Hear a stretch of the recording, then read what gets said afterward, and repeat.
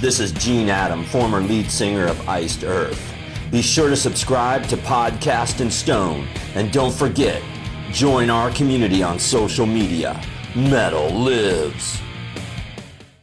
Ladies and gentlemen of the Iced Earth community, welcome to Podcast in Stone, the only podcast 100% dedicated to Ice motherfucking Earth.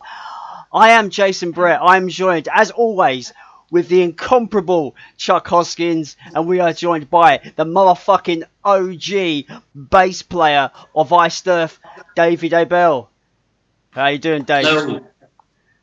Hey, everybody. How's everybody doing? Dave, how you doing, buddy? Good. It's a good day. It is a good day. It's a warm day in the UK. It's very hot today, which is nice. No rain. It's all good. I'm here in Florida where it's always hot, so it's nothing new to me. Right. Well, Dave, thanks for spending some time with us today. We've had a lot of requests from people wanting to hear from you, so it means a lot to a lot of us to finally get you on here. Oh, no problem. It's my pleasure, man. I'm happy to be here. I really appreciate it, man. Well, I'll go ahead and start us off. Okay. As a bass player, when did you really find yourself into music, and who were your early influences? That would have been high school, about 11th grade. We, my buddies in high school, we put together a band, and we used to play pretty much Black Sabbath and Led Zeppelin and Iron Maiden, all your usual suspects from, that era. At the time, let's see, Def Leppard was big as well. We used to play that, high school. So we're talking, I graduated in 1983, so we're talking about the early 80s I started playing. I had to start playing bass because a friend of ours that was in the band, his name is Kevin Krantz, he started playing guitar, and all of a sudden, after playing for 6 months, he's playing Randy Rhoads riffs and kind of leaving me behind on the guitar. I said, you know what, I need to do something. Let me try this bass. And I just started to really like it, man, grooving on Geezer Butler and all that old Sabbath stuff. So that's really my passion. Geezer Butler, John Paul Jones, Led Zeppelin. And I'm an old school guy, man. Super old, man. Older the better. Nice. So, like, going back to like the early days of you joining Iced Earth and meeting John and stuff. How did that kind of come about? Meeting John and kind of like, because you essentially took over Richard Bateman's position. Yeah, Richard Bateman was the first to officially depart the original Purgatory. And what I did is I walked into Thoroughbred Music in Tampa on Hillsborough Avenue, and there was an ad for a bass player. And I tried to keep it. I was going to keep the ad. I ripped it down so nobody else would call. And one of the things it said is, record contract in the works. And another thing it said is, must have the psychotic rage, is what it said on the flyer. Of course, I didn't understand really what that meant. I was just a musician. It's like, hey, I like to play heavy metal. I don't know what psychotic, I don't know, I'm not on Thorazine, man, so I'm fine, man. But, I called those guys and went and tried out with them, and that was that. Okay. We're talking 1986, maybe 1987. Richard Bateman left the band to go play in Agent Steel. I don't know if you guys ever heard of them. Yeah, I know that. But they were a big band in the late 80s, early 90s. And that was my opportunity, and I took it. The band was still called Purgatory, correct, when you joined them? Absolutely. Yep. It's Purgatory. Cool. How long were you in Purgatory before the name change? It was about a year. The name change was official in 1988. We switched to Iced Earth because there was another Purgatory. I guess you guys have probably heard this story a million times. There was another Purgatory from, I don't know, Peoria or Cleveland? something. Yeah, Cleveland. Yeah, I guess it was Cleveland. Yeah. Maybe. Okay. So we changed the name. Okay. There's always been a debate which name people prefer. Mm-hmm. So how did you feel about the name change? I didn't really like it at first, but it grows on you. It's kind of like, the Burnt Offerings album. Nobody liked that at first either. But here we are, 20 years later, people seem to like it. And the same thing with the name Iced Earth. At first it was it's hard to come off your lips. It's kind of strange, but I'm fine with it now. I think it's awesome. Nice. The Enter the Realm demo. Mm-hmm. Can you tell us kind of what your thoughts were when that was being recorded, and did you know how special it was when it was being recorded, or did it really surprise you how well it took off? Yeah, it was surprising to all of us, really. I mean, it was surprising to me. Probably not to John. He probably knew already it was going to be special, but that was the early. With the rhythm guitar player stacking up those tracks to make it real heavy, in the kind of Metallica type of, rhythmic mode, that started to really, take over heavy metal. It wasn't prevalent at the time, but, and that's what kind of made it so special was those rhythm tracks, really. Those stacked up rhythm tracks where I think the original one was, I think John did 6 tracks, if I do remember correctly. And it's just basically the same thing over and over again. And you just keep piling up those tracks. And then you get this one powerful, muscled up, rhythm guitar sound. And that's what Iced Earth was all about, And I think I've stated this many times on this podcast that I rate Enter the Realm as a better release than the self-titled. It just sounds better. The production is just meaty as fuck. It's just... I just think it's just a much better sounding product. And there's I agree. It sounds great. And that was with the original drummer Greg Seymour. Yeah. And he had a very powerful single bass style. And Mike McGill did fantastic too, really, on the first album. But yeah, there's something about the Enter the Realm that really kind of caught the feel, And really, the first album was kind of just trying to reproduce what we already did, and it didn't come out as good, why, I don't know. It might have been partially my fault. I played Enter the Realm with a Fender Precision bass. I played the first 2 albums with a Ibanez Soundgear bass, which is basically should be in a garbage can. It's a piece of shit. But, maybe that has something to do with it. Maybe not. Who knows? There's a rhythm part in the original Enter the Realm version of Colors that is not in the self-titled version, which is basically after the intro bit, it goes open chords like da da da da da da da da, and that's not in the self-titled. But that when it explodes into that rhythm part, it just adds that bit more of a fucking punch to the track. And I'm just like, why is it not in the self-titled version? Where's it gone? Because it's like, it fucking gets me all like, get all fired up. It's awesome. Oh, you mean it wasn't on the first album? Yeah, but it's in the demo version. Like it's under current, like kind of heavy, kind of just open chord. Yeah, you know what? It's probably been about 25, 30 years since I've even heard the first Iced Earth album.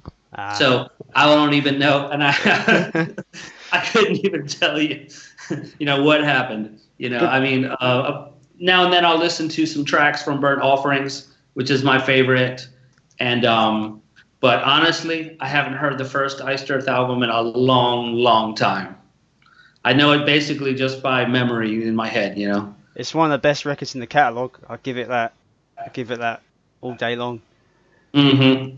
Absolutely. With Gene's vocal approach was really something that kind of drew me to the band in the early days when I first met those guys, because it was just like I'd never heard anything like that. That was just completely original. I mean, a lot of people back in the early days, a lot of people used to just talk so much shit about, we think you guys are a good band except for the vocals. It's like, come on, that's the best part.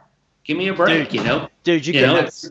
Dude, you get that now. Like, there's people that refuse to listen to that first album because of Gene. I'm just like, well, it's a product of its time. Gene is excellent on that record.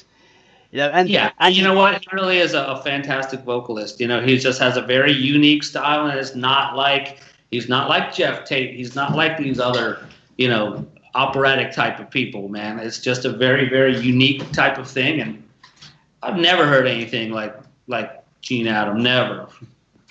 Yeah, and amazing vocals for sure. He definitely he definitely suited what the band was doing, in my opinion. Like if in terms of sonically and audibly. Hold on, guys. Yeah, here, dog. For all my guitars get knocked over again. Okay. All right, where were we? Okay.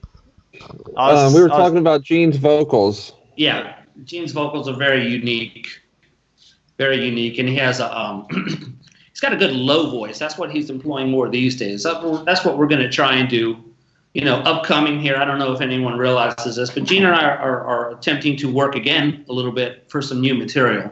Hopefully, that's going to be hopefully 2019. It's we're sort of making the announcement just to kind of force ourselves to actually do it instead of waiting for 20 years to go by as we talk about it. So I have one question. Will it be okay? I have one question. When can I pre-order the CD? When can you what? When can I pre-order? I still didn't understand. What did you say? He said, "When can I pre-order the CD?" Oh, pre-order the CD. Is it my accent? Am I too English? Sorry. We have to put the songs together. I've got a lot of material that I've written over the past 8 or 10 years. I started writing new material when I moved down to Hollywood. When I got married, I married the love of my life and moved to Hollywood. I started writing, and I'm using a little bit different tunings. I'm going to be playing all my rhythms with this baby right here. This is the Gibson LPTV. It's one of the most fantastic guitars you're ever going to listen to. Here's my Ode to Led Zeppelin, the Zoso guitar, and I'm in an alternative type of tuning that's sort of it's a little bit of a modification of a Jimmy Page tuning, and I'm also tuned to 432 hertz. I don't know if you guys know anything about that, but I don't think anyone should be playing in 440. It's a scam, and it's always been a scam. So I'm tuned in 432 in a weird D type of tuning. I wrote a lot of strange songs, and they're not strange. They're pretty much straight up heavy metal, and that's what I like, and that's what it's going to be. Nice. Will this be unearthed or untitled? I do not know. Okay, fair enough. And we'll get to unearthed here in a little bit. So after Iced Earth, it might be Unearthing the Harlot. It might be Adam. I'm not sure what we're going to call it. It's going to be one of those. Okay. Unearthed is basically. Let me give you an allegory of what's going on. What happened with Unearthed? See this first Led Zeppelin? Sure do. See the burning Zeppelin heading to the ground. That was basically unearthed from the day that we were conceived. We were lucky to have been together for as long as we were. We were a crashing ship from the day one. So to even put out any music at all is really a miracle that we did, man. That CD is very sought after. A lot of people are looking for it, and you can't find it anywhere. I have like one copy left. Yeah, no one's coming off. I've tried, and no one's coming off of it.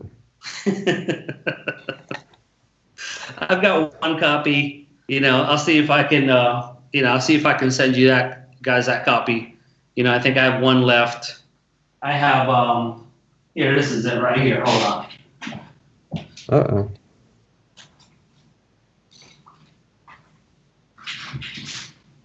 This could possibly be my last copy. This is something that we got from CD Baby. And Okay. What I love about this is I just love that artwork, man. Those eyes, Yeah, man. I've that shit.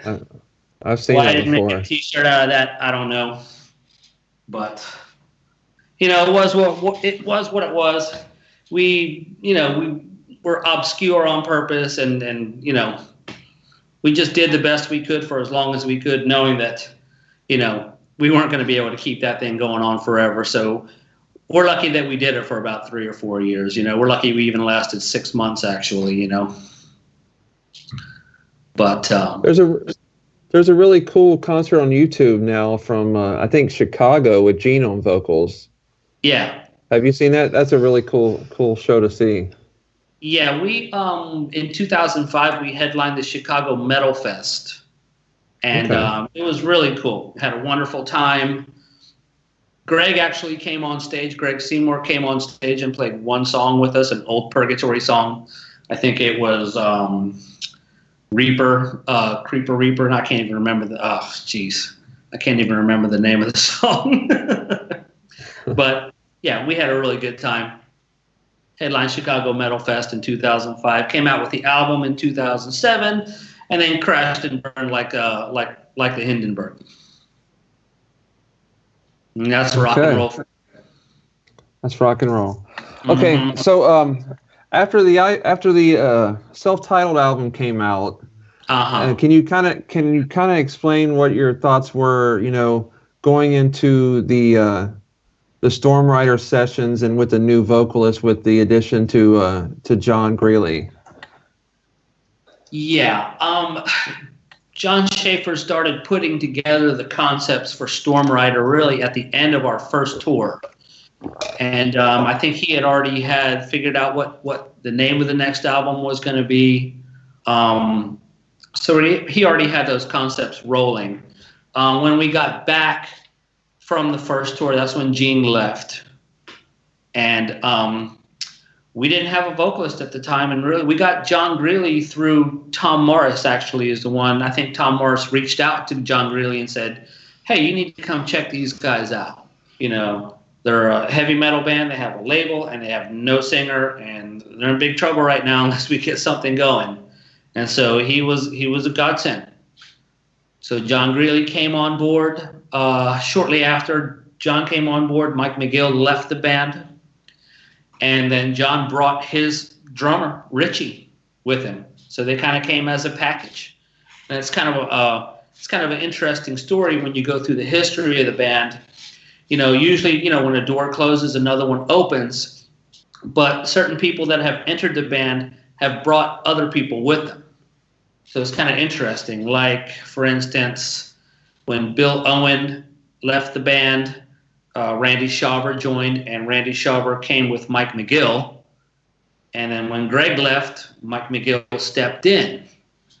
And then when Gene left, John Greeley came in, and then he brought in Richie Cicciari, which is probably one of the best drummers I've ever played with in my life. Probably one of the best drummers I've ever heard, actually. You can't really tell from the Storm Rider record because, but he had a lot to his style. And, to keep that storyline going on, after the Storm Rider tour, John Greeley and Richie left the band. We got Rodney Beasley on drums, and Rodney Beasley is the one who brought in Matt Barlow. So if it wasn't for Rodney Beasley coming to play one album, you wouldn't have a Matt Barlow era. He brought him in. That's and I guess after that, and then Rodney disappeared in the middle of the night, one night after the Burnt Offerings tour. We came back, and it was a short tour, and we sounded terrible, and nobody liked us. And it was 5 shows, and it was really depressing. On top of a depressing record, it was a depressing tour. Everything was Depression City. And then Rodney, disappeared in the middle of the night. He used to live in a trailer right next to John. That's back then when we used to live in trailers, not mansions, but yeah. But yeah, Rodney disappeared just one day. It's like we didn't hear from him, and John kind of went over there, so knocking on the door, looking in. He's gone. It's like, okay, great. So he left, and that's when we started working with Mark Prater. But at some point, what's the drummer's name again for Brent Smedley? Brent? Yeah. Brent Smedley came in at one point. I actually played a few times with Brent Smedley during rehearsals, like once or twice. And that was about the time that I was going to leave the band. So I told Brent, I said, "Hey, Brent, do you know any bass players?" And he goes, "Yeah." And I said, "Good. You might want to call him."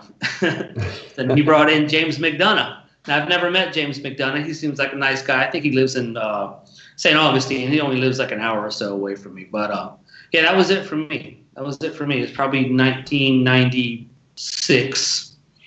I think I left the band. Now, did your exit come before Dark Saga came out or after the release of Dark Saga? It was in the middle of the recording of Dark Saga. I had already recorded my tracks. The album was still in works. John was still in the studio doing tracks and stuff. So yeah, I probably left. Yeah, it was before Dark Saga came out that I left the band. Okay. But I recorded all the bass on that album. But they put Keith Mesner up there. I've never met him or never heard too much about him, but he takes a good picture, so they look good.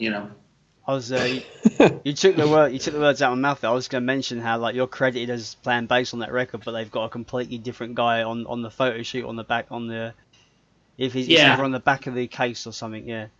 Right. I think that's quite. Yeah, I had issue with that for years, but at this point, I don't have issue with it. It's still a dick move though. That is a bit of a dick move. So, what can you do? I guess it's business, I suppose. Once again, that's rock and roll. It's the shit happens like that. You know what I mean? And if you're wonderful while you're there, but when you're not there, it's over, man. It really is. It's over. Now, I actually want to go into Dark Saga a little bit. When we had Randall Shulver on the show, I can't remember when, maybe a couple of months ago. How long ago? Was it this year or last year, Chuck? I can't remember. It was about 6 months ago. Okay, yeah, right, yeah. 6 months. He expressed his distaste for playing the Dark Saga material, and how he says it was good material, but he didn't enjoy playing it. What was your kind of thought process and your feelings towards the Dark Saga record? It was definitely a change in our style. It was a record that John wrote 100% of. Randy didn't do any riffs. He had one riff that we were going to use that Randy wrote, and something happened in the studio, and John and Randy were not getting along at this point. Randy didn't write any riffs. He had one piece that he was doing that was in the middle of one of those songs. It was really an awesome little piece. It was just kind of like an open chord kind of, it was one of those pieces that was going to get the crowd, hey, hey. But some reason those guys were arguing in the studio, and that piece didn't work out, and it wound up getting changed. And just like I said, Dark Saga was written 100% by John Schaefer. Nobody helped at all. Those songs were already written. We would come to the rehearsal, and then we would start arranging all the riffs that he had already. And it was a much different take than what we are used to. To that point, we had a lot of long, complicated songs, a lot of riffing, a lot of musicality. And this was kind of, much more basic, I would say. Yeah. But, I wasn't sure. I thought I liked it. I definitely would not say that's not one of my more favorite records. The bass tone came out really fantastic. And I think the bass had more room to breathe because things weren't so frenetic on that album. Up to that point, there was, a lot of frenetic playing, with Schaefer, picking, at 100 miles an hour. There's no one that can really do that, other than Hetfield and those. It's that type of playing, but Dark Saga was kind of like kind of getting back to just kind of old school metal, I guess. I'm not sure, but it's okay. I like some of it. I like the song "Slave to the Dark." I think that's my favorite one. But I can't say that's one of my more favorite records from Meister. It's very strange, talking to yourself and talking to Randall, and how obviously it's a big change for you guys in terms of the writing style and the songs. But it's such a fan favorite, that record, and they play it it's probably the album that is sourced the most for live material even to this day. I think they've played, I think the band has played more Dark Saga stuff on tour through their career than any other album. Wow! And that's interesting. I think that's you know what? Because I think it translates well live. The tempo, the mid-tempo, it's not too frenetic and not too many changes, and the songs aren't 25 minutes long like some of the other stuff that we did. There wasn't. I mean, there was a trilogy on Dark Saga. Yeah. And that was kind of like the staying in key with having that super long song at the end of each Iced Earth album. First one was When the Night Falls. For Storm Rider was Travel in Stygian, and of course Dante's Inferno, the complete masterpiece right there. And then for Dark Saga, it was like that trilogy was like the real long song. And I think that would probably be my favorite one from that album. I think now mute. Go ahead, Jason. I was just going to say, I think why Dark Saga is such a fan favorite among fans. I think it's just how singable it is. It's got very very catchy vocal hooks, big choruses, and Matt just sounds awesome on it. So I think it's just a testament of like you said, back to basics, old school metal that's really singable. It's got a very Maiden vibe, I think, to it as well. So yeah, I think that's people like to sing along when they go to a show, I suppose. Right, and that's important, and the fans are the ones that determine it. And sorry guys. You're right. So you brought up burnt offerings earlier. I'd like to touch on burnt offerings a little bit. Sure, absolutely. So Exit Greeley. And you, as being in the band from the beginning, what were your thoughts? 3 albums, 3 singers. Were you thinking that this is it? And like, how excited were you when you started hearing Matt sing?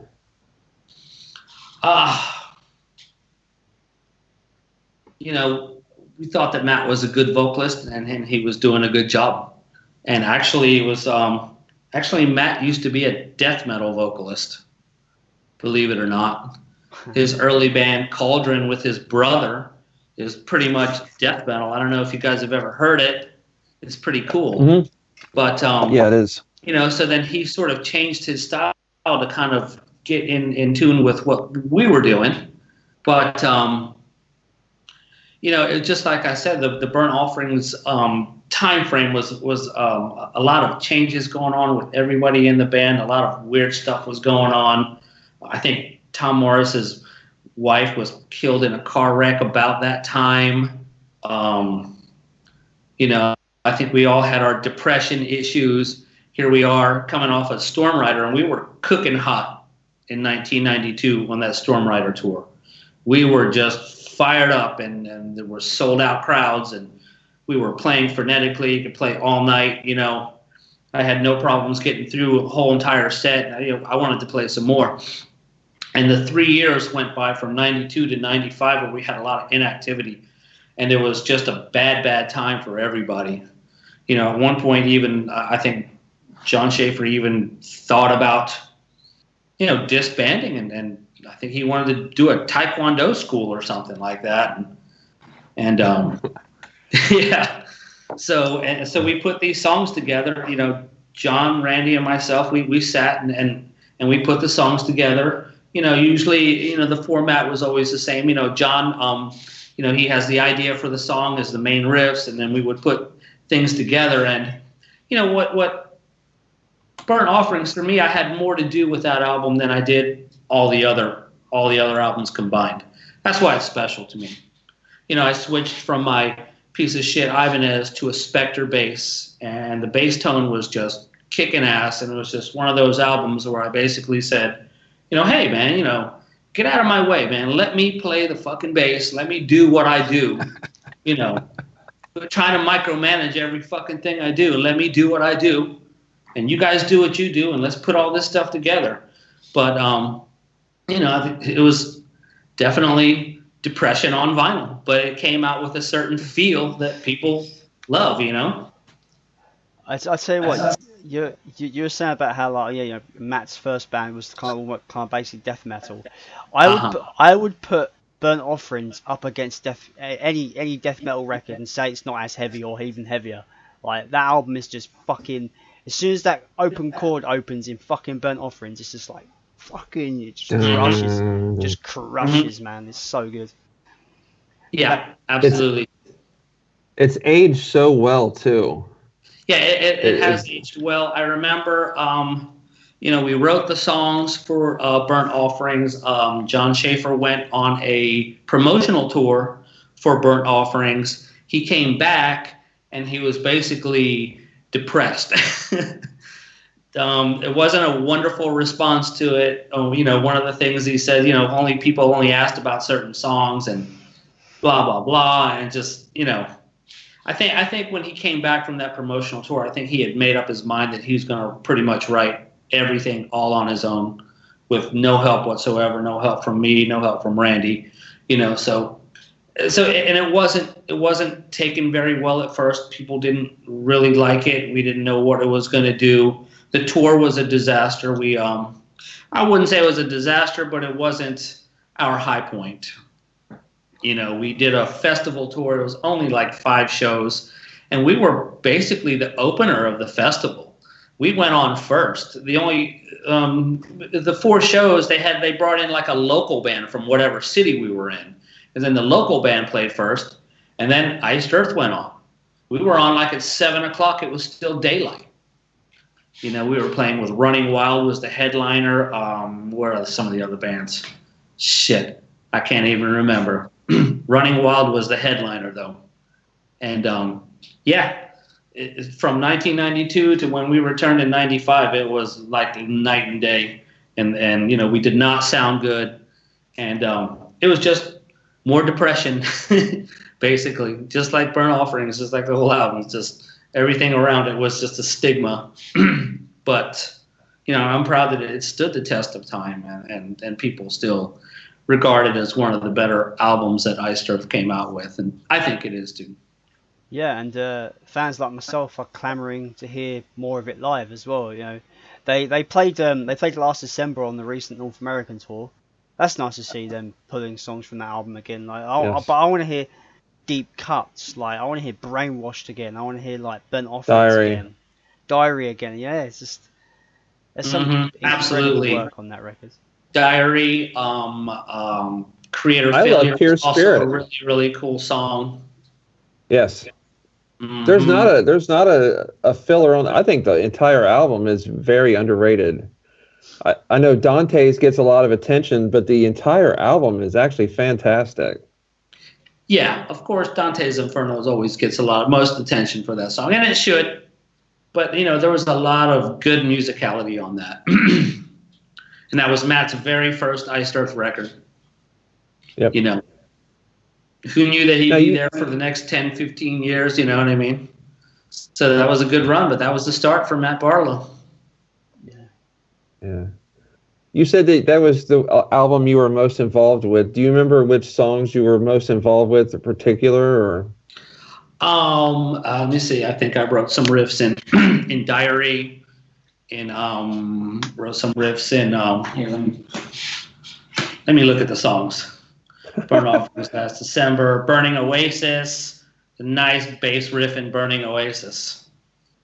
Creator Failure, Pure Spirit, that was an acoustic song I wrote. So it basically would be side 3 would be, most of the stuff that I helped write, riff wise, putting it together. And we always had a formula of how we put songs together.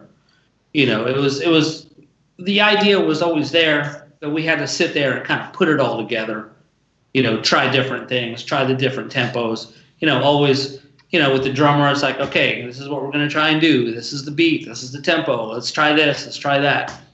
It's not just, 1, 2, 3. It takes a while to put that stuff together. So you wrote some of the guitar work for Pure Spirit? Yeah, absolutely. That's just a little acoustic song that I wrote. Was it hard for you to get your guitar in with both John and Randall, or did they welcome your contributions, or were they kind of like, hey, I'm the guitar, how did that work? Between 2 bookends. I'm John Schaefer's on one side, the beast John Schaefer, and then you got the bull Randy Schauber, and both of them are so multi-talented, and it's a major, riff-oriented type of band. Really, my job was to serve the song, play the bass, put the drums together. I used to work a lot with the drummer, I don't know how many practices I had with just me and whatever drummer happened to be there. There was 4 or 5 of them, just sitting there working on beats, working on bass lines, and that was my job in the band, was to help arrange, help put things together, put the drums together, all that type of thing. Not so much riffing. I had to get a riff in anywhere I could. If I get a little run in, a little riff, a little something, that was the most that I could do. In between John Schaefer and Randy Schaber, they had lots of musical ideas. And so that was really what the band was based on, was the guitar riff, Nice. You were saying about how John almost quit, pretty much almost gave up in this era, like Burnt Offerings era of the band, and how it kind of pretty much tells the tale of the time. Of the times of that band and the stuff the band was going through. I think it's quite funny how, if you told someone that today and said, "Oh yeah, John Schaefer's thinking about quitting Iced Earth," the whole metal community would just laugh at you, because we've grown to I would argue John Schaefer's one of the most hard-working individuals in metal. Period. I don't think even Gene and music. Yeah, Gene and Bill would argue that they've never seen a guy just go. He's got Absolutely. the next 5 years planned and stuff like that. Right. Exactly. So, knowing. Well, you got to remember during that time too. The Storm Rider tour was 1992, and heavy metal was still big, and then we took a 3-year hiatus with nothing, and in the course of that 3-year hiatus, here comes Nirvana, here comes Soundgarden, here comes this whole Seattle thing, the whole flannel shirt, Pearl Jam, everything up. Yeah, and it was kind of like we sort of found ourselves sort of the odd men out. There was even talk about maybe some of us should cut our hair. So it was a funny time right there. In 1995, here we are. It was kind of like, almost kind of left behind, That 3-year period was the death of me, for sure, you know what I mean? I was lucky to hang in there for 2 more albums, but it was terrible to come off such a high in 1992 with sold-out shows and everything going so good, and then for John and Richie just to, boom, leave, and then here we are again, here we are again. It's just me, John, and Randy. Now we have to find a drummer. We have to find a singer. We have to put an album together. And it's like, shit. So, that's what happened in that era. Kudos to the band for not falling into the trends as well. Iced Earth have been consistent from day one. Heavy metal, that's their thing. That's what they do. This is heavy fucking metal from day one till now. They haven't broken from that mold, and that's what I love about them, is that grunge was big and making people loads of money. They didn't fall into grunge. I don't know, new metal in the late 90s, early 2000s, that was a big thing. I read this quote in I think it was some metal magazine or something, and it was like a retrospect on Iced Earth. It was like when Something Wicked This Way Comes came out in 1998. It was just like new metal was riding high, but Iced Earth stick to their guns and release one of the best albums of that decade. I'm like, hell yes. Absolutely. It's just Something Wicked This Way Comes was definitely an awesome album. I had a copy of it for a little while. I don't know what I did with it, but I thought that album was really cool. It is my favorite I listened album to it. Sort of that album kind of made me start sort of playing again around that time. It's about the time we started putting Unearthed together, because it was like, because I've been married, had kids, career in aviation, it's just kind of walked away from it all. So, Something Wicked This Way Come was inspiration to me as well, man. Absolutely. How closely would you follow the album releases after you left? I know you said you had Something Wicked. Like, when you heard that Horror Show was coming out, did you want to listen to it, or was you kind of over it, or how was your thoughts when new albums would come out? There was a long time where I didn't follow what they were doing, Okay. I've never heard like Framing Armageddon. I did have a copy of Horror Show. I don't think I liked it. Not to say it's bad. It's just my opinion. I just didn't like it. maybe I should listen to it again. I had it around somewhere. You know, it was my coffee coaster for a long time. And but, you know, I think he has some cool people playing on there. I think there was that one bass player that liked to play that fretless bass. What was his name? DiGiorgio? Yeah, Steve. Mm-hmm. Yeah. And Richard Christie, I think, was on Horror Show. That Right? guy, Yep. that drummer, he's a technical wizard. Like his footwork, his wrist work on the snare and everything. That guy's a fucking monster. Yeah, absolutely. Really, I heard that he left Iced Earth to go to the Howard Stern show. Actually, he's actually a comedian. I don't know if you guys know that. Yeah. I've seen He's kind of like a comedian, and he does funny things. I think, you know, he goes on the Howard Stern shows, and I think people put their balls on his nose or something. I don't know, some kind of gross shit with Howard Stern. But whatever, yeah, actually, whatever gives him a paycheck, I suppose. Yeah, absolutely. Whatever gets you a paycheck. Now, I know that you have recently got Incorruptible. What is your thoughts of the new album? And are you a vinyl guy too? Huh? You're a vinyl guy? Yeah, I'm a vinyl guy. I'm old school, man. Remember. There is only Nice. vinyl. Vinyl is the only way. Yeah, to listen I've got to the music. CD. I've got the CD in my car. I've got this one. This is like I think it's got all the artwork. Still has the plastic on it. I haven't even opened it yet. I'm just going to try to keep this as nice as possible. Because all I do is scratch up albums and they wind up getting messed up. But I think this is an awesome album, man. I really enjoy it. And, you know, just like I said before, there's not too many Iced Earth albums that I truly do enjoy because, you know, it's different for me because I was a band member. It's not more of a fan. But now I can look at things after all these years more like a fan. And, you know, I really like all these songs. I do. Yeah, Especially, it's a really good one. Especially Clear the Way, the one at the very end. I really like that one. That's my favorite. Yeah, I think Jake Dreyer and Luke Appleton, I think they do a fantastic job. They really do. And now Brent Smedley, he's been in the mix for a long, long time. So, absolutely. And, of course, Stu Block, you know, he's the man. He really is. He's taken over, and it's his show now, you know. It really is. Sure is. It feels as well. It seems. I think I'm correct in saying this. It does seem that it's more of a, you know, shared environment where John doesn't just do all the writing. It's like, you know, he'll take ideas from Luke. He'll take ideas from Jake. There'll be a bit of more collaboration between each member now, and I think it's. Mm-hmm. I think it's a positive because they're putting out material like this that you can hear everyone's input, and it's just creating some great stuff.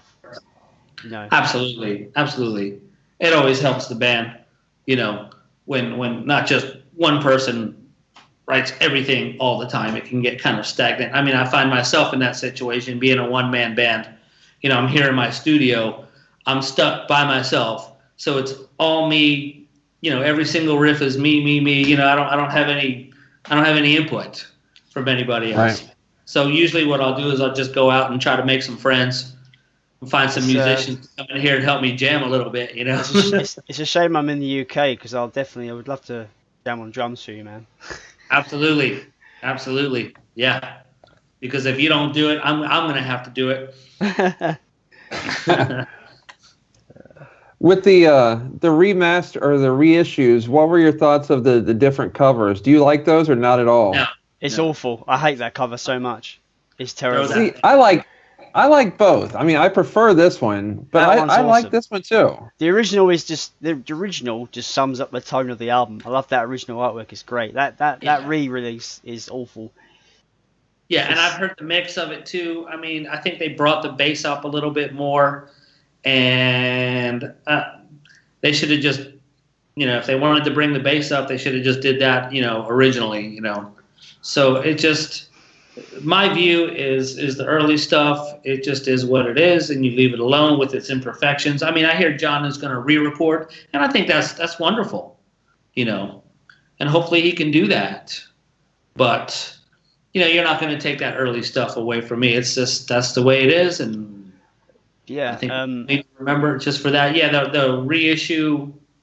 Yeah, I didn't like that. Speaking of these re-recordings that John's has proposed he's going to be doing for some of the original stuff. I don't know how deep he's going to go into that.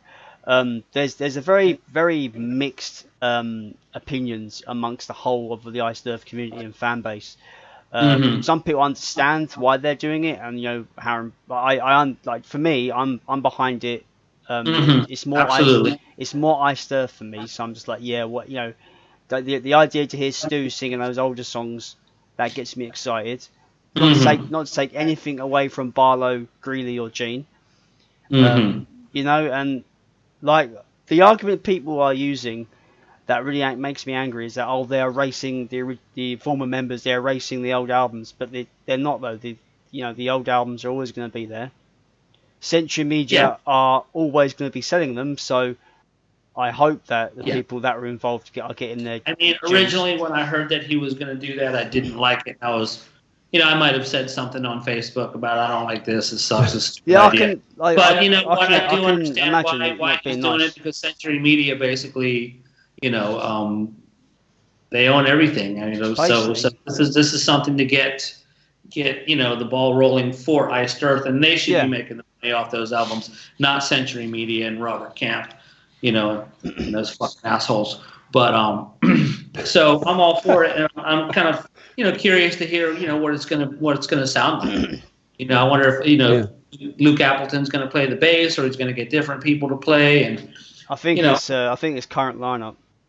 Yeah, absolutely. So I think that's going to be wonderful. I say go for it. Especially if it puts the royalties back where they belong, to the band, not the record label. Right. Yeah, and I just want to say to people that are not liking the idea. Of course, it's not going to be the same.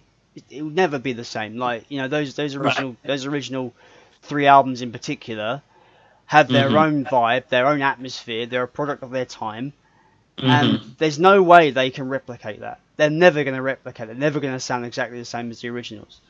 Right. But like you said, like, it's all about for the band to survive going forward. They need to do this because Century Media completely fucked them over completely, and have all the rights. So. Right, and that's what happens when you sign a shitty deal. We didn't know what we were doing. We were all kids. We were all young. 21, 22. When I first met John Schaefer, he was only 17 years old. And I remember, when I met them for the first time, John and Greg came in, and they were both roofers, and they came into the rehearsal area. We lived in this little, disgusting little trailer in Tampa, and they came in, and I remember thinking, God, these guys are old, man. I thought they were like in their 30s because they were so beat up from being roofers that I didn't, when Schaefer said, oh, I'm only 17, I was like, my God. It's like a death formed over, man. But what the hell are we talking about? Sorry, I got off topic there, man. Oh, you're fine. It's cool to hear these stories. I know we have many viewer questions, but you have some stuff from your own personal collection to show us. Can we see those records? And you have a few things to show us today? Oh, yeah, I do. I have a couple things to show you. I got a couple presents for you guys. Really? So Chuck, you're gonna give me your mailing address after all this is over with. Instant message. But this one's for Chuck. This is a original Burnt Offerings tour shirt. This is my personal one. I haven't worn it in like 20 years. I couldn't wear it right now. It'd be like spandex. Not exactly 140 pounds anymore. But this is for Chuck.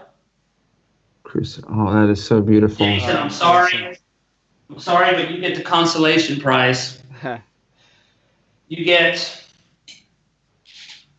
my Burnt Offerings Ronnie James Dio castle kind of thing. You see it kind of like see all this thing. This is our little outfit that we are all in outfits, man. When we did the Burnt Offerings tour, people thought it was kind of funny, but This is Ronnie James Dio smock for you, man. I'm going to send to you. So you guys give me your addresses after we're done this, and I'm going to send that over to you. And that's stage worn? Absolutely. It's been washed. Don't worry. It's amazingly cool. I've never seen pictures of you guys wearing those. Have you ever seen pictures of you wearing it? No, thank God. But I tell you what, I'll send it to Jason, and you can you can go around your studio and pretend like you're in your little castle and be like Ronnie James Dio for a little while, man. This is the Burnt Offerings stage gear that we did that tour with in 1995. So I'm gonna send that to you. It's been in my closet for 20 some years. It's time for you to go to real fans, man. You know. I'll go to the next Ice Dev show wearing it, shall I? I'll scare the fuck out of John. Hey John, look at what I'm wearing. What the fuck did you get that from? Where the fuck did you get that from? David Abell, motherfucker. He gave it to me. Absolutely. Yeah. I appreciate that, Dave. That's really nice of you. Let me see what else I got. Oh, shit. It's so hot here, man. Now, these are all original pressings, right? Absolutely. This is original.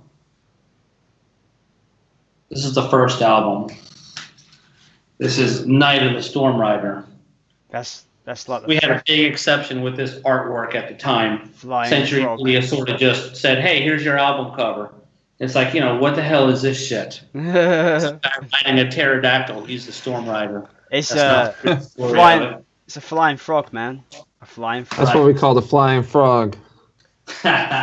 Yeah, this is the original Dark Saga. With the poster. And here's my buddy Keith Mesner. He takes a good photo. Much better looking than I was. So you know what? I can't blame him that much, man. Yeah, but he done fuck all on the album, didn't he? He didn't fucking work for it, did he? He didn't fucking work for the photo credit. Damn it. That's not the last time that they did that, though. Put somebody in the inside role. There's actually a couple times where the touring band has been Something Wicked has that's Brent. Somebody in it. Does that have Brent in the photo? Yeah. Wow. Yeah, and Freddie is in the Crucible one, and he didn't play on that either. Oh yeah. So, well, he takes a good picture too. So why not stick him in there? You know what I mean? Put these good-looking guys in there. Helps the band. As opposed to ugly asses. But yeah, here's an original poster. Maybe I can send that to you guys too. You know what I mean? This is right from the album. Gotta love it. That's awesome. Gotta love the Dark Saga. Do you have the picture disc for Dark Saga? No, I don't. I recently got that. It's beautiful. Oh yeah. Yeah, it's very nice. I don't really. Something else I might be able to send you guys. I've got 3 copies of the original test pressing of Night of the Storm Rider. Oh, we have them. Oh, you got that? Yeah, John sent us one each. John sent us. All right. I guess I'll just keep it. What the hell? But yeah. I thought you were just gonna say Burnt Offerings. I was like, no. Yeah, these things have never been played before. Yeah, I'm afraid to play mine also. John told me that I could play mine. It shouldn't harm it, so I gave mine one spin, so it's all right. It sounds actually surprisingly excellent, though. Actually, even though they're like almost 20 odd years old. Speaking of Burnt Offerings, actually there was some demo work that we did before we recorded the album. Actually, there's a version of the hell's the name of that damn song? I can't remember the names anymore. Shit. Oh.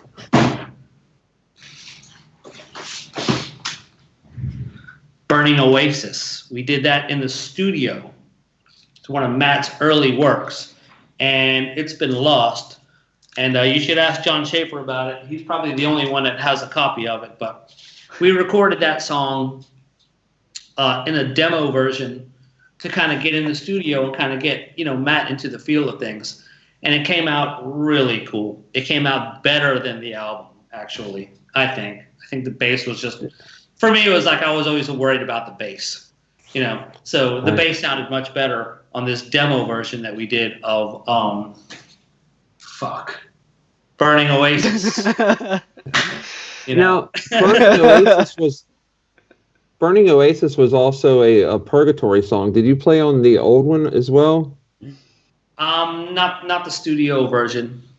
It was an old song. Actually, Burning Oasis is a Purgatory song. It doesn't have anything to do with the one that song. Yeah, just the same title. It's a completely different song. Yeah. And no, I didn't play on that, but it's a really cool song.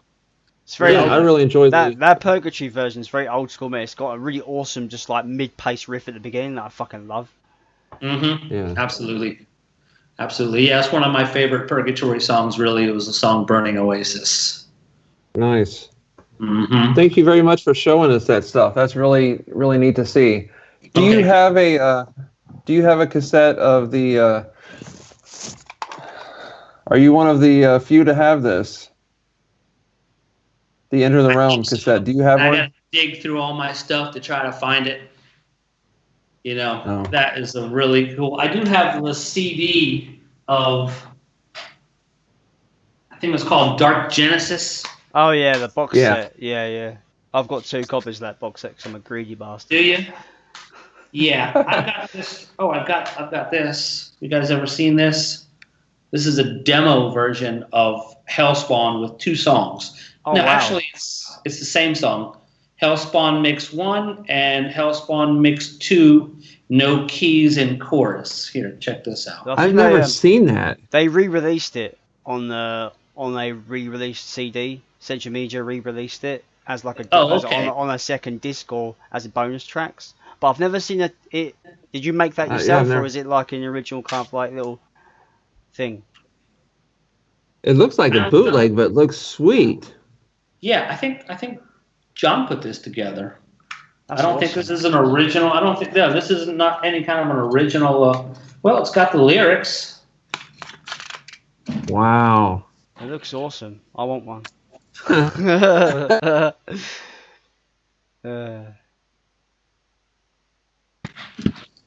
yeah, Hellspawn. Let's see what else I got here. That's amazing. Okay, this is what the Storm Rider was supposed to look like without the pterodactyl. Yep. Flying frog. And this one, this one was for Japan. Yeah, I've got that. I've got the Japanese press. Mm-hmm. I think it's my favourite cover. Like I love the red logo in that. I think it looks great. Mm-hmm. Do you like the wizard cover? We call it the wizard on a horse cover. Do you like this one? It's a little strange. Where did that come from? I don't know. I have no clue where that thing came from. I think that was. I read. I could be wrong. I read that it was a unauthorized, and apparently the band hadn't authorized it, but Century Media released it anyway. Then they basically had to pull it after like a week on sale. Because the band saw it and was like, get that out of fucking off the shelf. That's awful artwork. I don't know if that was unauthorized. I think that John had that commissioned, if I do remember correctly, but I can't remember that far back exactly. What was the? It was either unauthorized or unpublished. Like it was never actually put on sale. So I think there's only a limited number of them out there. Right. Something like that. I could be wrong. I'm only a fan. I'm not an expert or anything. You know more than me, actually. I could not tell you the story behind that one with the old man on the horse. Yeah, it's really hard to like. I thought that Chuck is very lucky. that John Champer had that done or had that drawn by somebody. I thought that he was responsible for that. I might be wrong. I can't remember that far back, man. I think Chuck is one of the lucky few to have that. I've never seen it ever online. I've looked on eBay. I've never found it. Mm-hmm. I saw it on eBay just one time and I got it immediately. Wow. So. Yeah. That's cool. Okay. You up for a few questions there, David? Sure. Let's have them. Right. Johnny Z was asking me a question. I think Johnny Z asked if Unearth would re-record all the Purgatory songs, and the answer to that would be, I'd like to maybe record Burning Oasis just for fun because I like that song, but those songs are all John Schaefer songs. There's no, we don't really have a right to record them other than just for nostalgic purposes of just, this song is really cool. And maybe we might do one or something, just for fun. But all that's John Schaefer's material, and he owns it. So that's not going to happen. I understand that.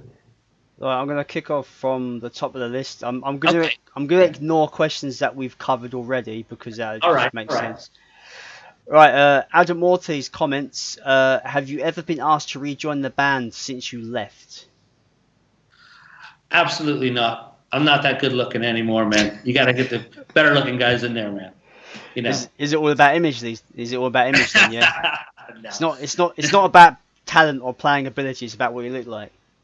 Well, that's the way it used to be back in the day. So you're saying that I can't play guitar for shit, but I look good, so I can join Iced Earth. Is that what you're saying?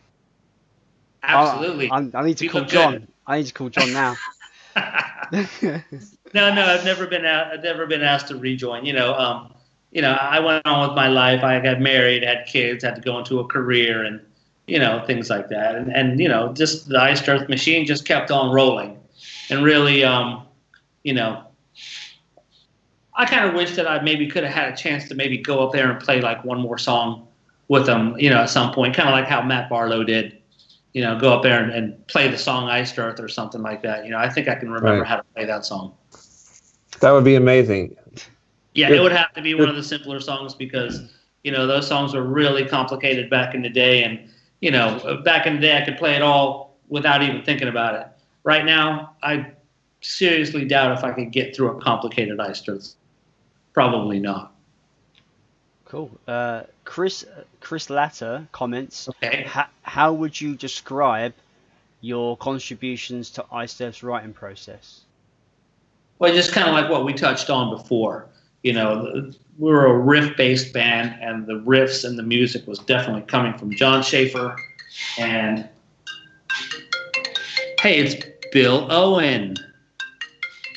Tell him not to interrupt our... Answer it. Hey, Bill. I'm on the podcast right now. Yeah, sure. You want to say hi to everybody? Say hi, Bill. Hi, Bill. Hello, Bill. Welcome to Podcasting Stone directly. I guess he did. Welcome. Hey, listen, I'm about to throw you under the bus, so man, I'll call you back later. Oh, well, let me get off then. See you, bye. That's awesome. Let me throw Bill under the bus. Right. I would never do that. He's a fantastic player. He has a wonderful style. He has a very old school style, and that's what I like. You know what I mean? He sounds like Ace Frehley, really. That was like, when I think about Bill's guitar playing, he reminds me of definitely Ace Frehley is what comes to mind. I'm sorry. I don't buy this. You're just saying this because you know she's going to be watching this later. You're just kissing ass right now. Right, where are we? A lot of... Yeah, we're talking about... he just touched on the writing process. My contributions. Just like we talked about before, it was always where Iced Earth was always a rhythmic, heavy rhythm, guitar-based riff band. So my job as a bass player is to serve the song, play the good parts, put the drums together, give suggestions, things of that nature, man. Not so much physically, hey, I have this part, this long part. Just like I said, I would have to sneak in a riff where I could sneak a riff in, It's kind of tough. I'm not like Steve Harris, I'm my own thing, so it's kind of hard to explain to someone, hey, I've got this idea for a song. Boom, boom, boom, boom, boom, boom, boom, boom, boom, boom. You're fumbling around with the bass, and it's hard for people to kind of get. You know what I mean? So, yeah. My definitely my contributions were to putting the stuff together, working with the drummer, trying to get the beat. Let's do this. Let's do that. Let's arrange the riff this way and that way. Things of that nature. I think you know this next person. I think you do, because it sounds like you do. Jason Lacey comments, Dave was grunge before grunge was cool. Is he correct, Dave? Is he correct? I don't. I have no idea. We were all grunge because you didn't have any choice but to be grunge when you don't have any money and you don't have any food and nobody had a car. You know, we used to live back in the early days. We lived in North Tampa, and our whole entire lives encompassed just, you know, a 5-mile radius from the apartment complex to the Sunset, where we were lucky to be alive at the end of the night sometimes with what would happen at the Sunset. And then we all worked, you know, locally. We all walked to our jobs. So, yeah, we were grunge, all right. We were, you know, ghetto grunge, I guess would be the best way to put it. Nice. Havard Iverson, I apologise if I pronounced your name wrong. He asks, what do you think makes Iced Earth stand out from other bands, and what is it that makes Iced Earth great? What I think makes Iced Earth great is you know, is John's playing, and I think that his playing kind of resonates with like your zit-faced, pot-smoking teenager that's in his room, and, you know, fuck you, stepdad, and fuck you, the world, and fuck off, you know what I mean? And he starts to play, and you know, it's that comfort inside that tone, inside that guitar tone. It's, you know, in a weird way, it's very comfortable and very soothing, you know. And I think that's what makes metal. Iced Earth great. You know, it's the how do I say? You know, it definitely comes from those tones and that guitar tone. It's not too complicated. It's, you know, you might be able to sit there in your room and jam along. You might not be playing the song right, but you can pretend, just like I used to do back before, you know, when I used to play along with AC/DC or you know, whatever, you know, Black Sabbath, you know, that type of zit-faced teenager in his room that wants to tell the world to fuck off, man. That resonates with them, you know. And it still resonates today. Iced Earth is the best air guitar band, you know. I'm always Absolutely. like, you know.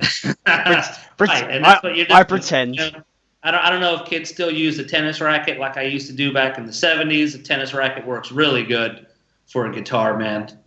You know, and I think that's what makes, you know, Iced Earth so great. It's that pissed off teenager in his room that, you know, hates everybody and wants to just get out of my world, man. I'm going to put on my CD. I'm going to listen to my stuff and fuck you, world. And I'm going to smoke weed and get out of here, man. Just like that, you know? Dude, even now, when I'm pissed off, I want to listen to some pissed off music. Do you know what I mean? Right. And I just should diffuse from being pissed off. Actually, it helps. Yeah, it really does. It helps, man. And it's funny how you said about, you know, always, you know, it connects with those teenagers. I was 14 when I discovered the band, so you might be on, you might be on something there. I think. Yeah, absolutely. You know, and that's what it's for. It's for the youth, man. You know. But, you know, I mean, it's funny now. Now we're all old. You know, I mean, actually, it's just a number, right? I don't mean to say that, but yeah. To be fair though, who likes to be an adult? Like, what's being adult bring you? Tax and death. That's what adult life brings you. Yeah. Don't get me started with that, but yeah, that's a whole nother topic within itself. You know. Yeah. Everyone don't grow up. Kids don't grow up. It's depressing. No, don't. Don't grow up. Right. Right. We've spoken about that. We've spoken about that. We've spoken about that. We've covered everything. So that's it. That's it for viewer questions. Okay. Cool. Well, I would just like to say, Dave, your contributions in those first 4 albums are just legendary. And I know it's been a long time since you've been in the band, but you are totally not forgotten. That's and Randy awesome together. to hear, For years, You and Randy together was a band. It's like, no one really ever asked me anything about Iced Earth, man. I don't know what's going on, man. So here we are in 2018 discussing early Iced Earth, and we wouldn't be talking about this shit without you guys, man, being big time fans of the band. So I'm more than happy to be here and talking with you. And like I said, I'm going to send you some presents, man.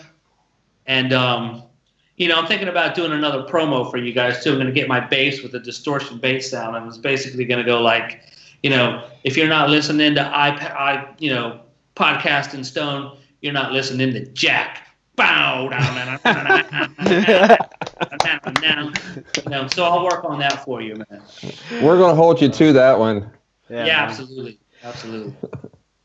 Yeah, I just want to say, like, it's been a pleasure, Dave. It really has. Like, we started this podcast as massive fans of Iced Earth, and the 90s era, those first few albums, are very special to us. And we there's only so much of John Schaefer, Stu Block that you can take in interviews before you're like, we want to hear from the original guys, the older guys, the guys that were in the bands, in the early days. And that's why we kind of thought we brought this podcast into fruition, to talk to the guys that we feel no one really talks about, like yourself and Gene Adam and John Greeley. We'll get to John Greeley sooner, hopefully.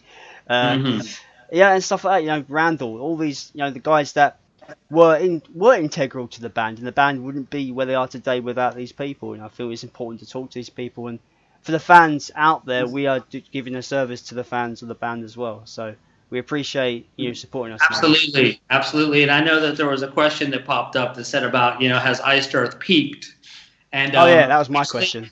Yeah, I think they're just getting started, because, I think they're just getting started, and hopefully they can keep this lineup. Hopefully they keep Jake Dreyer. Hopefully they keep Luke Appleton.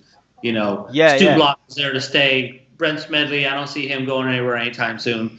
So as long as John Schaefer doesn't want to retire, they can. The sky's the limit. They're one song away from that, Metallica level. They really are, man. I hope they get there. They do. It's been 30 years since the band's inception. We could have another 30 years. Here's to another 30 years of the band. You know what I mean? Joe, I actually made a little joke on they were showing off their new T-shirt, their brothers T-shirt, which actually a T-shirt with the band members on them all together on the T-shirt. And I just said, like, the T-shirt is cool, but how long will it take until this T-shirt is literally like lost to time, because the members have changed, so it's kind of like a bit of a waste of a T-shirt. I tell you what, I hope there's no more member changes. Yeah, because there's just been too many. It's just been too many member changes, and the lineup that they have right now needs to fucking stay, man. What I'm looking for, keep the same lineup, keep these guys, do another 5 albums, man. I generally think John has found his guys, because we were talking with him obviously last October on the podcast, and people were saying in comments that they've never seen John this quite content and happy with how things are going. So, and I think breaking away from Central Media has really kind of helped as well. I think he's getting away from all that stress as well. Going independent. Yeah, absolutely. You got to break away from those assholes, man. And you got to own your own thing and do your own thing. And John Schaefer has always done his own thing. He's never conformed to society and, go get a job and pay your taxes to the IRS, and fuck the IRS, by the way. And he's always done his own thing, but unfortunately, we signed that shithole contract, and here we are, 2018, and he's just releasing now. My God. So yeah, I think he needs to keep on going. Find a way to keep on going. I think he needs to concentrate on more Iced Earth records, and hopefully that they'll keep coming out on a regular basis. And everybody that's a fan, I'm just gonna say, like, support physical product, man. If they put out vinyl, get that vinyl. If they put out T-shirts, hoodies, anything like that, just support. Support as much as you can. Even if you're not on board with these re-recordings that they're going to be doing, still buy them, man. Like, support the band. I don't want the band to disappear. Obviously, there will be a time when the band will call it a day, but I don't want that to be anytime soon. I want there to be another 10, 20 years of the band. You know what I mean? Absolutely. I mean, I know that John is, approaching 50. But hey, there's a lot of guys out there to keep on playing until they just freaking drop dead, and I think that's what John's going to do. He'll probably be up there still doing it at 70. It wouldn't surprise me. 50 years of Iced Earth, man. Let's hope so. Got another 20 to go, so I think he can do it, man. Well, retirement age is 65, so maybe he'll make it to like 65, man. But and also, I know I'm speaking for everybody in our group. I really look forward to hearing some new music from you as well. So there's a lot of people would eat that up. So we'll do everything we can to support it and help you guys with that. So absolutely, maybe I could put something together to just give you guys a little taste of kind of what's happening. If I can, I'm in pre-production right now. I'm in constant pre-production. I'm a one-man band. I sit here by myself and I put all my shit together, either with Riffworks or GarageBand. And I just got my drum kit. I've got my 5-string bass. I'm playing in my own special tuning, my own Jimmy Page type tuning, 432 hertz. So it's not going to be your standard 440 bullshit. And it's not, a half step down. And you're going to hear some of it. You're going to hear some of it. Well, when you have stuff to release, we do have another show called Promo Casting Stone, which supports other endeavors from former Iced Earth guys. So we're sure have you on there to talk about it. There's a lot of offshoots going on now, and I know Matt Barlow is doing his thing with We Are Sentinels, and also he has two Ashes bands of now. Ars. How do you say that? Ashes of Aries. Ashes of Aries. Aries, yeah, not Ashes of Ars. That kind of sounds fucked up. Who else we got going? Luke Appleton. Jacobs. I don't know if James McDonough does stuff anymore. I know he played in Megadeth for a little while. Let me see who. I know there's some more offshoots too. You got Seventh Servant from Greeley. Greeley's putting out fantastic music. I forget about John Greeley. He's something Jacob's else. Well is amazing. Tim Ripper Owens has 72 side bands. Tim Ripper Owens, I completely forgot about Tim Ripper Owens, man. He's a fantastic vocalist, man. Yes. I mean, did you guys ever realize that the movie Rockstar was actually about Tim Ripper Owens? That's actually one of my favorite movies. I love that film. Yeah, we're trying to get him. We're trying to get him on. We're trying. He's been difficult. Like, he hasn't replied to any of our emails, and it's just been a bit. I can understand he's busy, but Yeah, he said sure, email me, and then he never answers. So. Right. Hopefully we'll get him some. Man, hey, So. But who else have we forgotten about? Tim Ripper Owen. How many is there? Like 40 former members? It's a lot. There's probably a lot of people. Well, I think somebody counted. I think there's like 33, 32. That's a lot of guys. Just like I said, let's hope that doesn't the member go up. changes need to stop. They need to hold on to these guys at all costs. Hopefully Jake Dreyer and Luke Appleton hang around for a long time. Yeah. Those guys. Well said. I'll be seeing Luke at Bloodstock Festival anyway in August, so he's playing. He's playing his acoustic thing, so he said that he'll hook up with me and we'll just hang out and stuff. So that'd be cool. Right. He's a fellow something with bass players and acoustic. That's the way I used to be too. I used to play my bass and then and all these acoustic parts. You know what I mean? So I snuck a few of them in while I was in Iced Earth. Well, Pure Spirit is amazing. I love Pure Spirit. Cool. I tried to play it for you yesterday, Chuck, when we were doing a warm-up. I couldn't get through it. I can't really remember how to play it. Maybe we'll get you one day to remember it. Yeah, absolutely. Well, again, thank you so much for taking your time. Okay. We would love to have you on here in a little bit after you get some music going and chat again. Sure. We'll call this Chapter 1. Absolutely. And I'll talk to you guys in the near future. And don't forget to send me your addresses so I can kind of make you a package and send you some stuff. I'll give you just mine that way because I got to send Jason some stuff so that way you don't have to send overseas. Oh, that would work. Yeah, that would work. That would work. So we appreciate that, Dave, by the way. Okay, guys. Yeah, Thank you so much. So, Jason, you want to send us home? Yeah, thank you everybody for watching Podcast in Stone. We have indeed been chatting to the legendary David Abell off the first 4 Iced Earth records. He plays flute now. He's going to be the virtuoso on I'm the the flute flute. player. Or is that a recorder? Is that a recorder or a flute? I don't know anymore. I don't know. It's not the skin flute though, so I'm doing good, man. Right, now I've got to put explicit content now. I've got to put a warning up. Great. Under 18s do not apply. Well, that's most of our bloody goddamn fucking demographic. No, it's not really. Yeah, anyway, thank you for watching, guys. We'll be back next time with the Incorruptible retrospect. It's our final retrospect, Chuck, man. That's gone quick. That feels a bit too quick. We're on the last album to talk about, Incorruptible. And yeah, Much more to come. Indeed. Thanks again, Dave, for coming on. It's been a blast. And to everybody, we will see you next time. Stay metal because metal lives, my friends. See you later. Adios.